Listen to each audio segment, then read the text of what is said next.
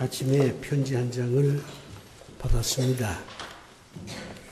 내용은 어떤 이제 할머니신데 작년 12월에 남편이 돌아가셨답니다. 근데 그 돌아가신 남편이 저를 잘 안다고 그리 말씀하셨던 것 같아요. 그래가지고 이제 저희 교회에 나오시게 됐는데 제가 그동안 한 번도 악수를 안 해줬다는 거예요. 그래가지고 상처를 많이 받았답니다. 오늘 꼭 악수해 주어서 이 성도를 좀 구원해 주십시오. 그런 내용이에요. 제가 악수해서 구원받을 수만 있다면이야 1000번, 10,000번 악수를 하지요. 근데 이제 그런 경우는 있을 거예요. 제가 이제 그 문에서 여러분들하고 인사를 하는데 한꺼번에 이렇게 나오시니까 때에 따라서 눈을 맞추지 못하는 경우도 있고 악수를 못하는 경우도 있을 겁니다. 용서해 주시고, 그리고 이제 여러분이 먼저 손을 내밀어 주시면 훨씬 제가 악수하는데 편할 것 같아요. 손을 먼저 내밀어 주셔서 절 좀 구원해 주세요. 아주 이 편지를 보고 제가 죄송하다 하는 생각도 들면서 동시에 이렇게 저하고 따뜻한 교감을 하고 싶어하는 교우들도 있구나 하는 것을 깨닫고 하나님께 감사를 드렸습니다. 이제 후임 목사님을 모셔와야 되는데 후임 목사님 어떤 분을 모셔올까 우리 이제 장로님들하고 많이 고민을 하는데 제가 이런 기준을 이제 정했습니다. 인품이 좋아야 된다. 왜 그러냐면 지금은 설교를 통해서 교인들을 감동시키는 그런 시대가 아닙니다. 아무리 설교를 잘해도 그 순간 그저 듣고 끝내지 교인들의 삶을 변화시키는 데는 설교가 역부족이에요. 교인들이 다 똑똑하니까 설교를 가지고 감동시키긴 대단히 어렵습니다. 그의 삶을 통해서 교인들을 감동시켜야 됩니다. 그렇기 때문에 이대 목사님은 참 인품이 좋으셔야 되고 인격적인 분이셔야 된다. 그게 이제 첫 번째 기준이고요. 두 번째는 이제 우리 장로님들이 나이가 50 이쪽 저쪽이었으면 좋겠다. 그런 말씀들을 하세요. 너무 젊어도 교회 운영하기가 쉽지 않고 너무 나이가 들어도 어떤 그 진취적인 그런 생각을 못하니까 50대 이쪽 저쪽이었으면 좋겠다. 이제 그런 말씀들을 이제 장로님들이 많이 하십니다. 옳은 판단이라고 생각이 됩니다. 그 다음에 이제 거기다가 제가 하나 마음속으로 더 보태는 게 있습니다. 그건 뭐냐면 고민을 많이 하면서 살아오신 분이라야 된다. 이런 생각을 해요. 제가 이제 70년 인생을 살아보면서 여러 가지 깨달은 게 많은데 고민이 많은 분이 설교도 진지하게 합니다. 그리고 고민이 많이 있는 분이 교인들의 고민에 대해서 공감을 해요. 그리고 고민을 많이 한 그런 분이 자기 성찰도 진지하게 합니다. 저는 이제 대학에서 이제 교수 채용을 할 때 마지막은 이제 이사장 면담을 하는데 저하고 면담할 때 저는 이력서를 보질 않습니다. 볼 필요가 없어요. 다 밑에서 검증돼서 올라왔으니까. 단지 이제 그 면담을 할 때 딱 한 가지를 묻습니다. 지금까지 살아오면서 어떤 고민을 하면서 살아오셨습니까? 이렇게 질문을 해요. 그러면 대부분이 다 당황하더라고요. 그런 질문을 할 줄은 뭐 꿈에도 생각을 못했으니까. 고민하지 않는 교수가 과연 학생들을 제대로 가르칠 수 있을까? 고민 없이 살아온 사람이 과연 인생의 의미를 제대로 알 수가 있을까? 아무리 학벌이 좋고 좋은 환경에서 자랐다 할지라도 고민 없이 인생을 산 사람한테 무엇을 배우겠느냐? 저는 그리 생각을 합니다. 그렇기 때문에 후임 목사님도 고민을 많이 하면서 지금까지 살아온 분이 가장 적격이 아니겠느냐, 이런 생각을 제가 지금 하고 있습니다. 우리가 요한복음을 보면요, 7가지 고민이 인간에게 있다. 하나님께서 그렇게 말씀을 합니다. 여러분이 다 고민하면서 사실 텐데 고민의 형태가 한두 가지가 아니죠. 얼마나 많은 고민이 있습니까? 그러나 정말로 가치 있는 고민은 하나님께서 이 7가지라고 얘기합니다. 적어도 우리는 이 7가지 고민을 하면서 살아야 된다, 뭐 그런 뜻이 되겠죠. 요한복음 1장에 보면 나다나엘 얘기가 나옵니다.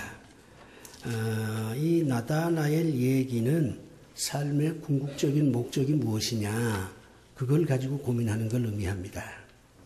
그 다음에 이제 요한복음 2장에 보면 가나의 혼인잔치 얘기가 나옵니다.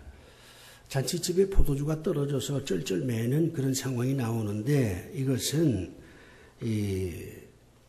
어려운 환경에 대한 고민을 해야 된다, 그런 뜻이 있습니다.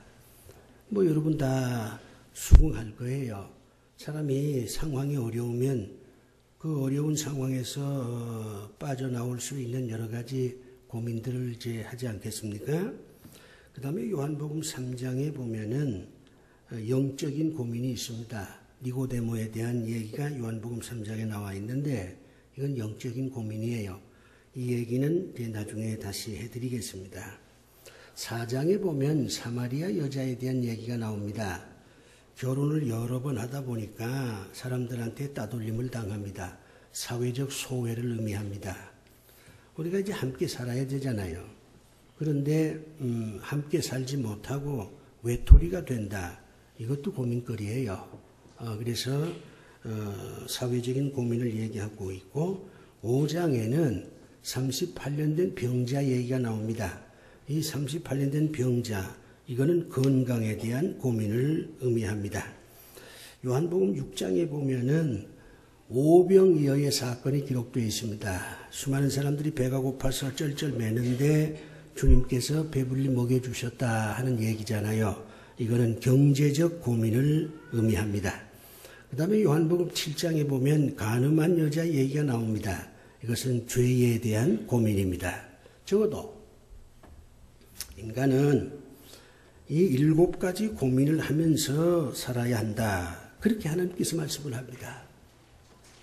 이 7가지 고민을 진지하게 하면 할수록 우리의 인생은 더 아름다워지고 더 풍요해지고, 이 7가지 고민을 하면서 우리의 인격이나 신앙이나 모든 것이 변화되고 성장될 수 있다, 그렇게 하나님께서 말씀을 합니다. 저는 오늘 이 가운데서 가장 핵심적인 고민, 니고데모의 영적 고민에 대해서 여러분에게 말씀을 드리려고 합니다.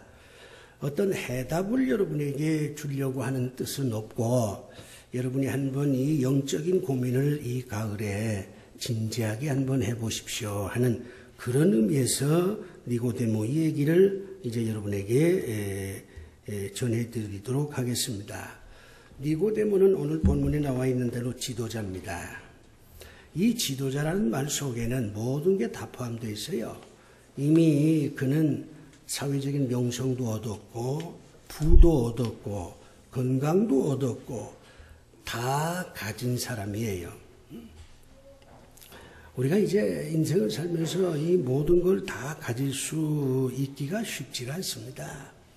어떤 사람은 돈이 있지만 건강이 없는 경우도 있고, 또 어떤 사람은 돈은 있는데 사회적으로 지탄을 받는 경우도 있습니다. 어떤 사람은 삶의 목표를 찾지 못해서 그저 부평초처럼 그냥 그렇게 흘러가는 그런 삶을 사는 경우도 있습니다. 그런데 니고데모는 모든 걸 다 가진 사람이에요. 그런데 한 가지 고민이 해결이 안 돼서 밤에 예수님을 찾아왔습니다.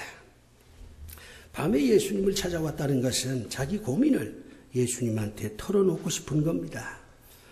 이 니고데모의 이 밤의 행차, 심야의 방문은 아주 파격적인 거예요. 왜냐하면 니고데모는 당시 지도자잖아요. 산헤드린 회원입니다. 요즘 말로 얘기하면 국회의원이라고 표현하면 좋을 것 같아요. 나이도 많이 들었어요. 예수님은 그때 겨우 30대 이쪽 저쪽이거든요. 그런데 나이 많은 이 유대 사회의 지도자가 밤에 예수님을 찾아왔다는 것을 보면 얼마나 고민을 많이 했겠느냐 하는 걸 짐작할 수가 있어요.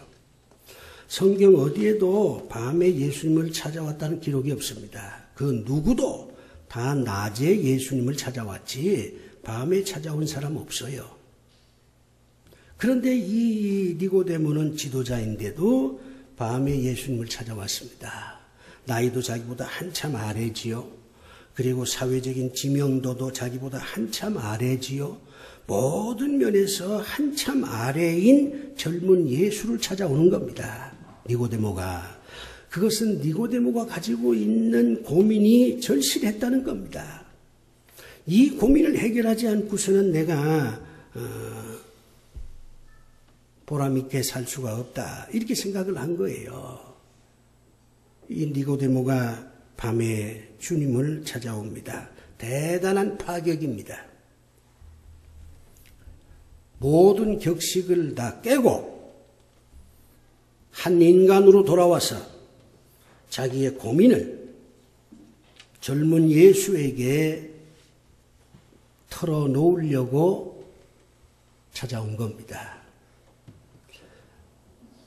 이 본문을 보면 이 니고데모의 고민은 세 가지였어요.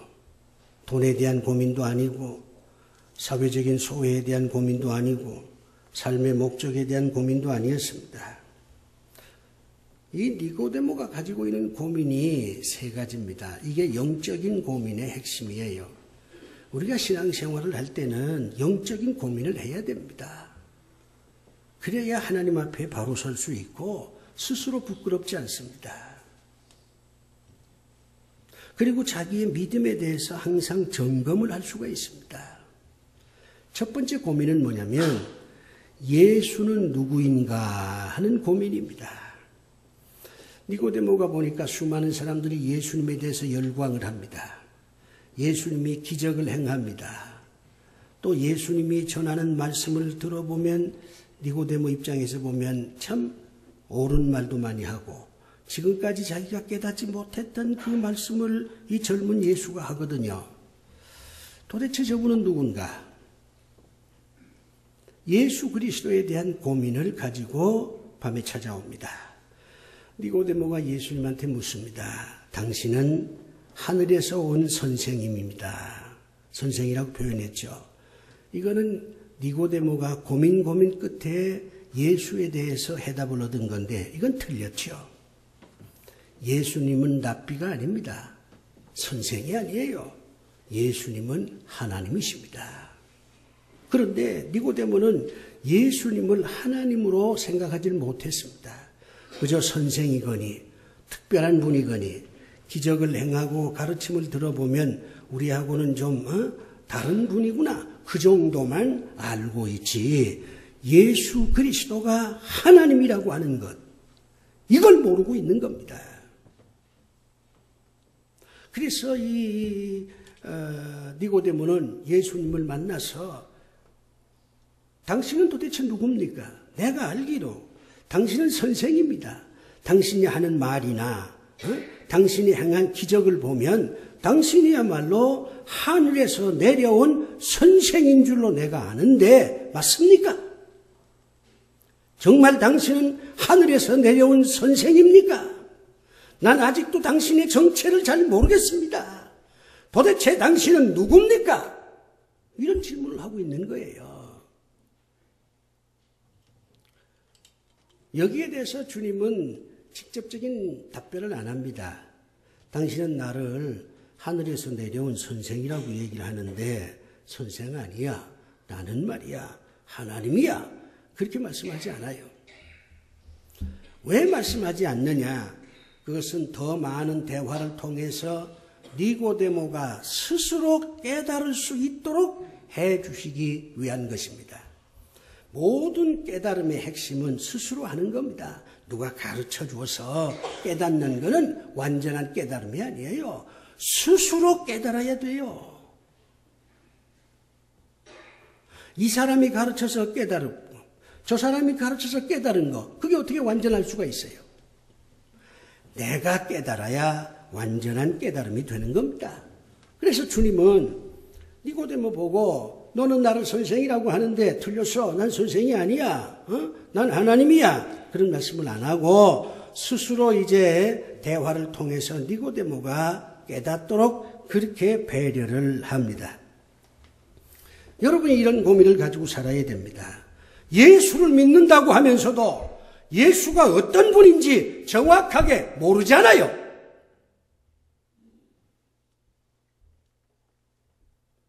예수를 얼마나 압니까?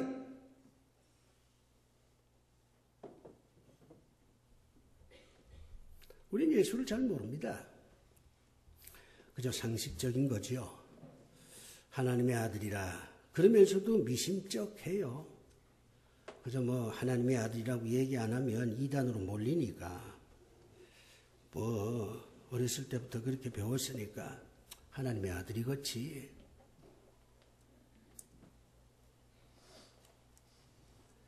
예수님이 가르친 것이 탁월한 가르침이다. 여기에 대해서도 적극적으로 동조를 안 합니다. 예수님이 가르친 거, 그 시절에야 그럴 수 있겠지만 시대가 바뀌었는데 무슨 예수님의 가르침이 만고의 진리겠냐, 상대적인 거지, 이렇게 생각을 해요. 이거 비극 아니에요? 예수를 믿는다고 하면서도 예수가 어떤 분인지 정확하게 몰라요. 그러니까 우리의 신앙이 바로 설 수가 없지요. 이 가을에 한번 생각해 보십시오. 여러분이 믿는 예수 그리스도가 어떤 분인지 한번 진지하게 고민을 해보셔야 합니다. 그래서 해답을 얻으셔야 돼요. 만약 여러분이 이 가을에 정말 내가 믿는 예수 그리스도가 하나님이다, 인생의 가장 완벽한 교훈을 나에게 주시는 분이시다, 이렇게 여러분이 깨닫게 된다면 그건 복이지요. 니고데모가 갖고 있는 두 번째 고민은 하나님의 나라가 어떤 나라냐 하는 겁니다. 우리 주님께서 니고데모한테 하나님 나라에 대한 얘기를 합니다. 오늘 본문에 그렇게 나와 있잖아요. 하나님 나라. 이 하나님 나라는 예수님의 설교 주제입니다. 예수님은 설교를 할 때마다 하나님 나라에 대해서 말씀을 하셨습니다. 니고데모도 예수님의 설교, 하나님의 나라, 그거 많이 들었거든요. 그런데 하나님 나라가 어떤 것인지 아직 정확하게 해답을 얻지 못했어요. 하나님의 나라에 대해서 궁금한 겁니다. 오늘 우리 주님께서 니고데모 보고 이런 얘기를 합니다. 하나님 나라에 들어갈 수가 없다. 물과 성령으로 나지 아니하면 하나님 나라에 들어갈 수가 없다. 육으로 난 것은 육이요 영으로 난 것은 영이다. 이런 말씀을 예수님이 니고데모한테 할 때 니고데모, 그렇다면 하나님 나라가 어떤 나라인가? 내가 하나님 나라에 들어가야 되는데 내가 들어갈 하나님 나라는 도대체 어떤 나라인가? 여기에 대해서 의아하게 생각하고 질문하고 싶고 하나님 나라에 대해서 고민하는 것입니다. 예수님이 걸핏 설교할 때마다 하나님 나라 그렇게 하시는데 도대체 이 하나님 나라의 정체가 무엇인가? 이거에 대한 고민을 니고데모가 하고 있는 것입니다. 하나님 나라가 어떤 나라지요? 예수님이 그토록 설교의 핵심 주제로 삼았던 하나님 나라가 도대체 어떤 의미를 갖고 있습니까? 예수님이 하나님 나라라고 이 단어를 사용했을 때 그것은 우리가 알고 있는 공간적 개념으로서의 나라가 아닙니다. 이 하나님 나라라고 하는 것은 예수님이 사용한 특이한 용어입니다. 하나님 나라라고 하는 것은 하나님이 지배하는 삶이란 뜻이에요. 사람들은 무엇에 의해서 통제를 받습니까?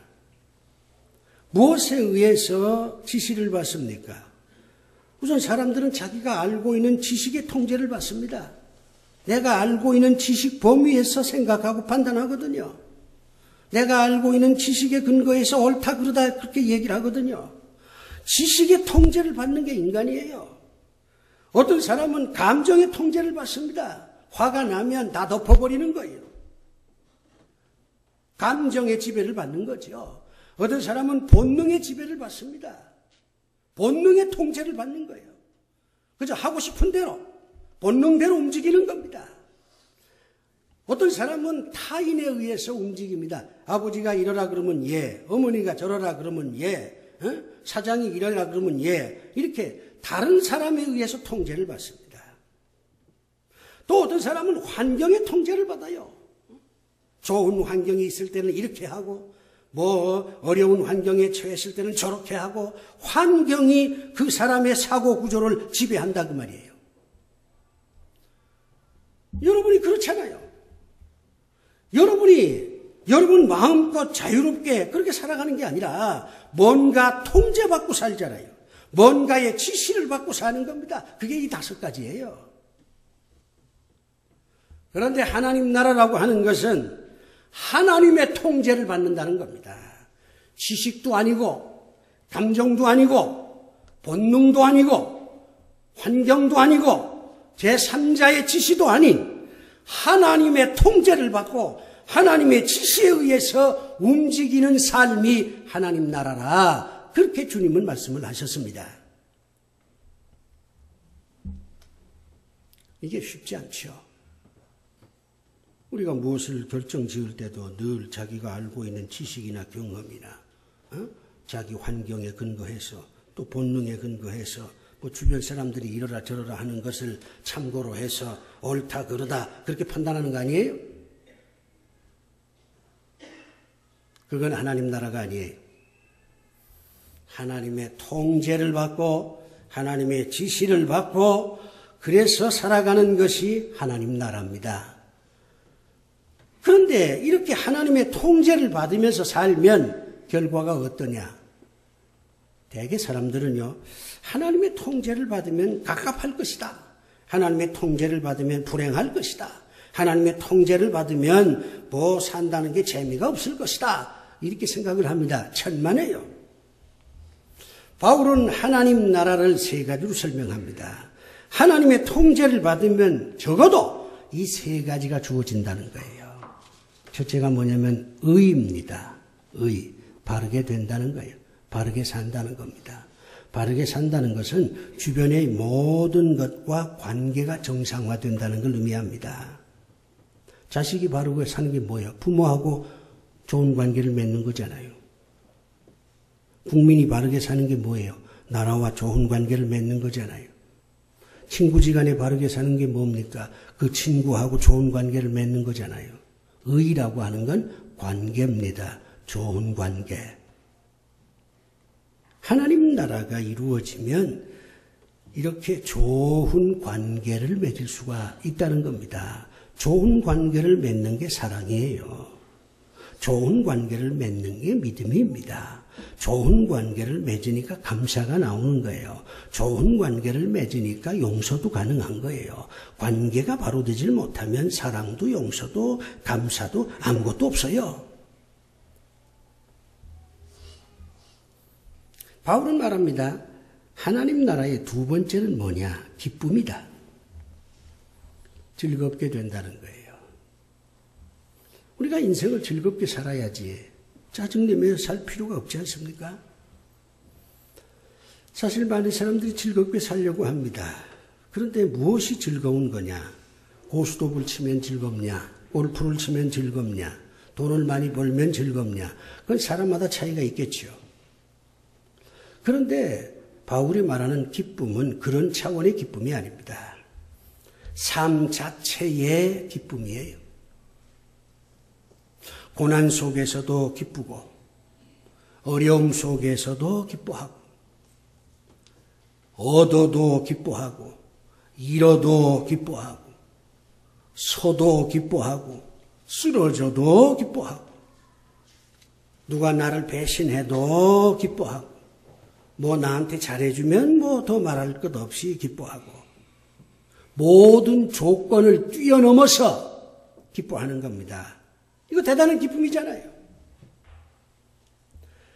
인간이 누리는 기쁨이라고 하는 것은 조건적인 겁니다. 이러이러한 상황이 나한테 주어졌으니까 이러이러하니까 나는 기쁘다. 그거잖아요. 그러니까 종속적인 기쁨이에요. 그 환경에 종속되어 있는 겁니다. 그 누군가에 종속되어 있는 거예요. 우리가 종속이론이라는 말 많이 써봤잖아요. 그런데 하나님 나라에서 느껴지는 이 기쁨은 종속적인 게 아닙니다. 모든 환경을 뛰어넘어서 기쁘게 되는 것입니다. 대단한 기쁨이죠. 또 사람들은 말합니다. 그게 가능하냐? 저는 충분히 가능하다고 봅니다.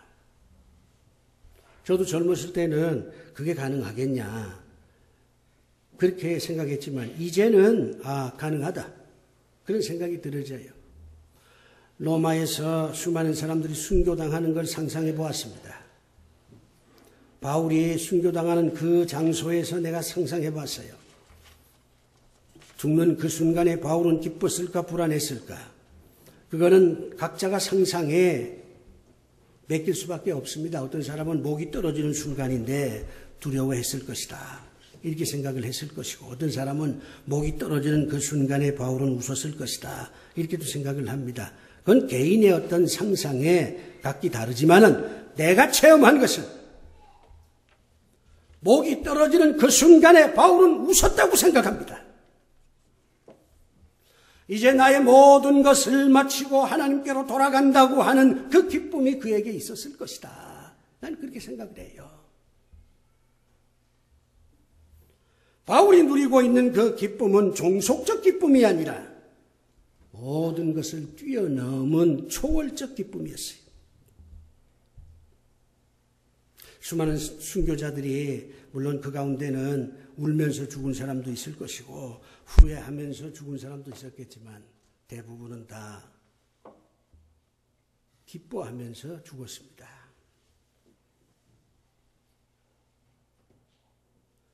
로마의 대전차 경기장에서 초기 그리스도 교인들이 다 붙잡아 와가지고선 기둥에다 묶고 그 위에 이태리산 오리브를 바르고 또 바르고 또 바르고 또 바르고 그리고 난 다음에 불을 질렀어요. 그렇게 우리 순교자들은 죽었습니다. 그럼에도 불구하고 대부분은 기쁨으로 죽었어요. 왜? 찬송하며 죽었다. 그런 기록이 남아 있거든요.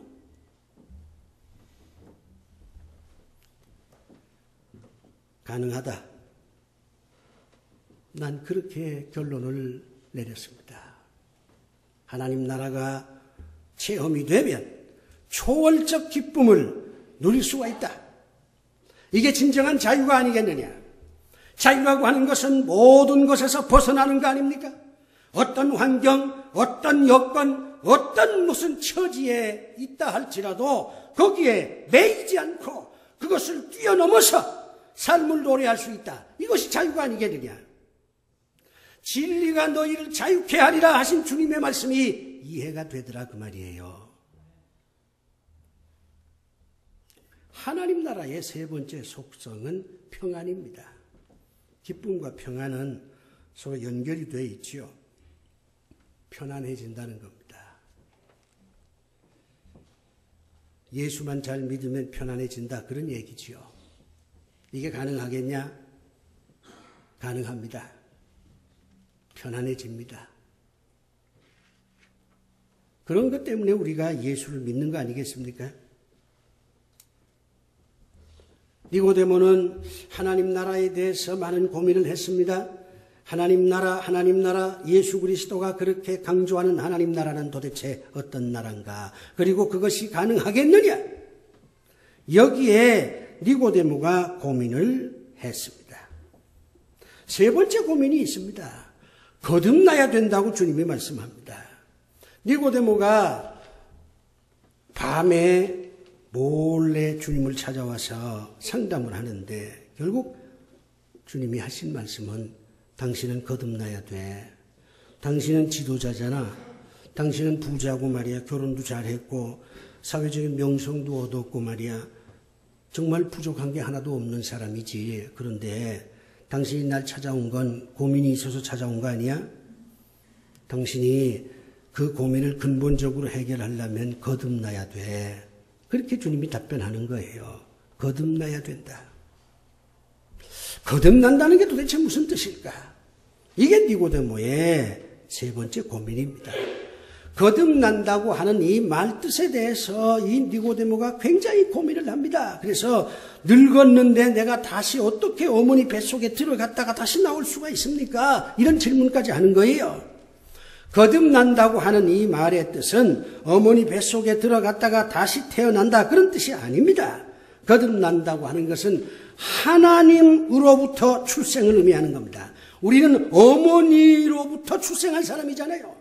어머니로부터 출생한 그런 사람이 아니라 하나님께로부터 출생한 사람이 돼야 된다. 그런 얘기입니다.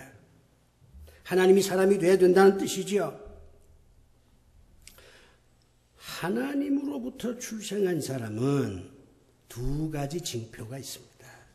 우리가 어떤 사람을 딱 볼 때 저 사람 어머니에게로부터 태어난 사람인지 하나님에게로부터 태어난 사람인지 구분할 수 있는 그런 표식이 두 가지가 있어요. 그게 믿음과 순종입니다.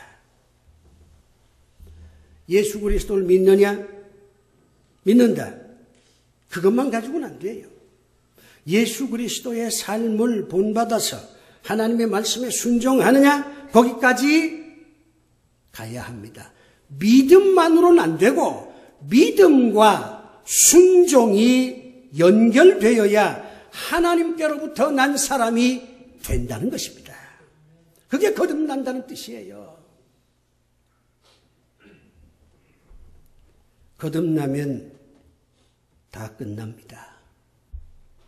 거듭나면 바른 관계도 맺을 수 있고 거듭나면 어떤 상황 속에서도 초월적 기쁨을 누릴 수 있고 거듭나면 어떤 상황 속에서도 마음이 편안해지는 것입니다. 믿음과 순종의 삶을 산다는 건 대단히 어렵습니다. 우리는 믿음으로 사는 건 맞습니다. 적어도 우리가 오늘 이 주일에 성전에 나와서 하나님께 예배 드린다고 하는 것은 비록 겨자씨만한 것이지만은 믿음이 있다는 뜻이잖아요.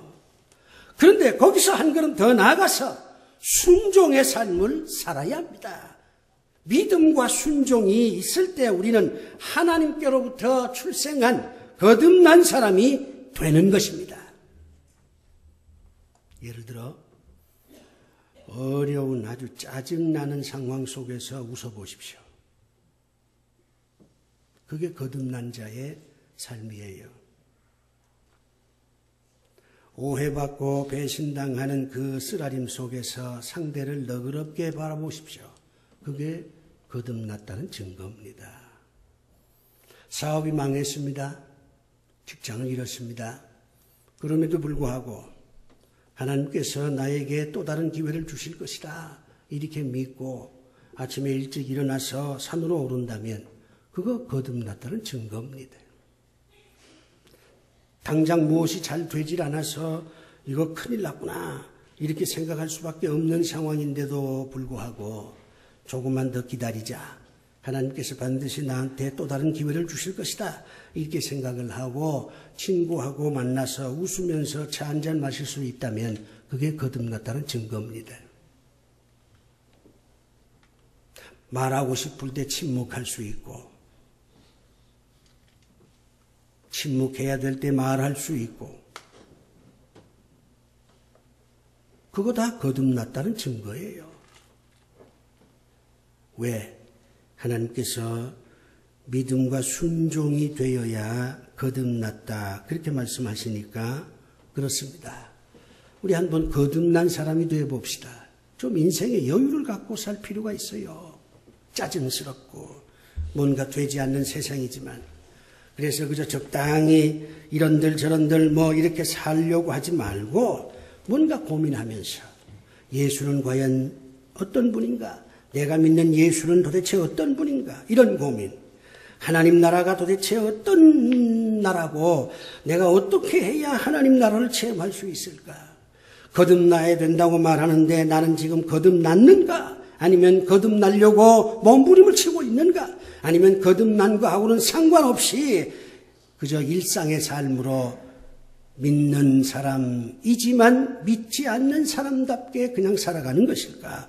이렇게 자기 성찰을 하면서 이번 가을을 보낸다면 틀림없이 이 가을은 열매가 있는 가을이 될 수가 있을 것입니다. 기도합시다. 아버지 하나님, 우리로 하여금 좀 더 고민하며 살게 하시옵소서. 특히 영적인 고민을 하면서 살게 해 주시옵소서.